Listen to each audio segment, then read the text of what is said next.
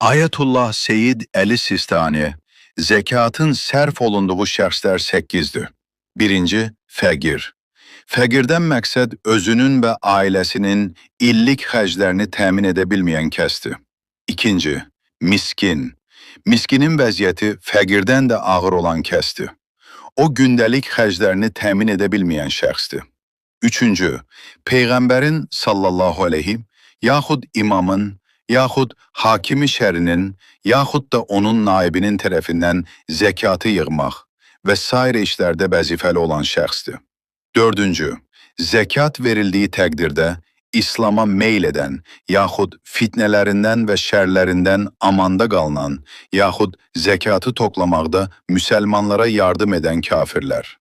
Beşinci, zəkatdan verməklə azad edilən qullar, kəfsilatı ilə öz yerində deyilib. Altıncı, borcunu verə bilməyən borclu.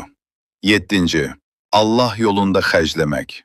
Bundan məqsəd məscid tikmək, dini elmlər oxunan mədrəsə tikmək kimi müsəlmanların ümumi məsləhətlərinə aid olan işlərdə xərcləmək.